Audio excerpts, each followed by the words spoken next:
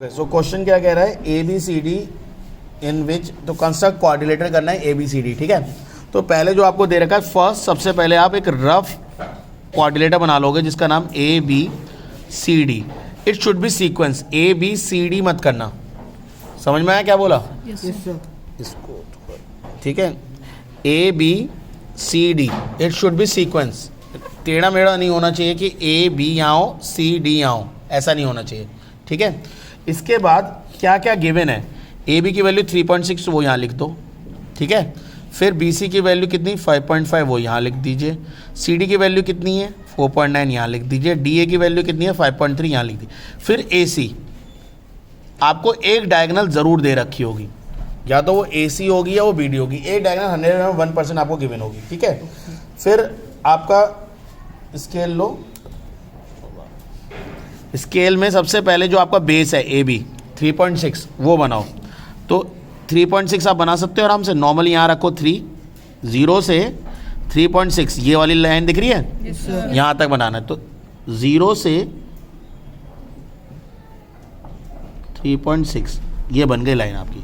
तो यहाँ पे आप इसे जो कॉर्नर पॉइंट्स है उनको मार्क कर लोगे ए, इस कॉर्नर मार्क कर लोगे बी। कोई डाउट इसमें किसी को? ये कितनी है 3.6 सेंटीमीटर। अब आपकी बी से सी जो जा रही है वो है 5.5 सेंटीमीटर। तो आप क्या करेंगे, पहले इसका यहाँ पे 5.5 पे रख लो और इसके जो टिप है पेंसिल का उसे 0 पे लाओ। ठीक है, तो ये आर्क कितने का हो गया 5.5। इसे बी पे रख के एक अच्छा खासा लंबा सा आर्क मार दो। कोई डाउट? अब इस पे कहीं सी होगा। ठीक है, अभी सी नहीं पता, बट सी के कंफर्मेशन के लिए आपसे ए से दूरी पे तो दे रखी है 7.2। समझ में आया ये क्यों डायगोनल दे रखी थी? तो अब आप 7.2 देखेंगे तो अगेन इसे 7.2 पे रखा और इसको किस पे लेके गए 0। गुड, तो ये 0 हो गया। और कहाँ से है ये? ए से, बी से नहीं है ये। कहाँ से है? ए से। तो ए पे रखा इसे और इसको कट करा, मिल गया कट आपको। ये जो पॉइंट मिला ये सी है 5.5 सेंटीमीटर। ठीक है, अब वो ना अभी 5.5 तो यहाँ से है। ठीक है, देखो यहाँ से 5.5 बिल्कुल एक्यूरेट आया है, और यहाँ से वो कितना होगा 7.2। उसको बनाने की ज़रूरत नहीं है, ये सिर्फ हमें पता लगाने के लिए जिससे सी पॉइंट का है वो पता लगा सकें वो दे रखा है। फिर सी पॉइंट से डी कितना था 4.9, तो इसमें से 4.9 अगेन इसे 4.9 पे रख दो और 0 पे। और उसको कहाँ पे लेके जाओ 0। तो ये यहाँ सी से रख के यहाँ आर्क मारा आपने। ठीक है, वो रफ वाला हो रहा है उसको कोई दिक्कत नहीं है। ये पूरे पे कहीं डी पॉइंट होगा, बट डी पॉइंट के लिए आपको यहाँ भी तो पॉइंट दे रखा है Yes, कि ए से कितना था 5.3। Yes, sir. तो इसे किस पे रखोगे A पे 5.3 पे, और इसे कहाँ लेके जाओगे 0। और ए से रख के क्या कर दोगे, फिर से आर्क मार दो।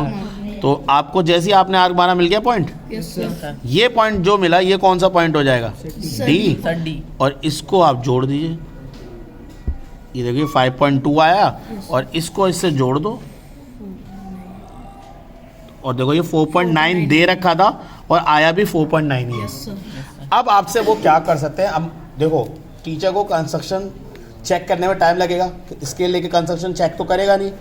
अब वो सारे बच्चों को चेक करना है, तो वो क्या करेगा, ए सी ऑलरेडी गिवन था, वो अब आपसे कह देगा डी भी गिवन है, डी और बी, इससे वो आपको मेजर करा लेगा। समझ में आई बात है नहीं? Yes, डी को मैं यहाँ रख रहा हूँ 0 पे, और ये तो देखो ये 6.4 के आसपास आ रहा है आंसर। तो ए बी डी कितनी यहाँ निकल के आ रही है 6.4। तो इसका लमसम आंसर देख लेगा वो कह देगा 6 से लेके बच्चों का अगर आंसर 6.6 तक भी आ रहा है 7 भी आ रहा है तो वो सारे को सही कर देगा। तो वो क्या करेगा, सिर्फ इसको मेजर करेगा। अगर ये मेजरमेंट सही है तो इसका मतलब बाकी सारा कोऑर्डिनेटर उसने क्या बनाया होगा, सही बनाया होगा। और अगर ये मेजरमेंट गलत है तो बाकी कोऑर्डिनेटर क्या करा होगा, गड़बड़ कर दी। भाई समझ में आ रही है बात या नहीं आ रही? इस तरीके से कोऑर्डिनेटर बनेगा। कोई डाउट है? गुड।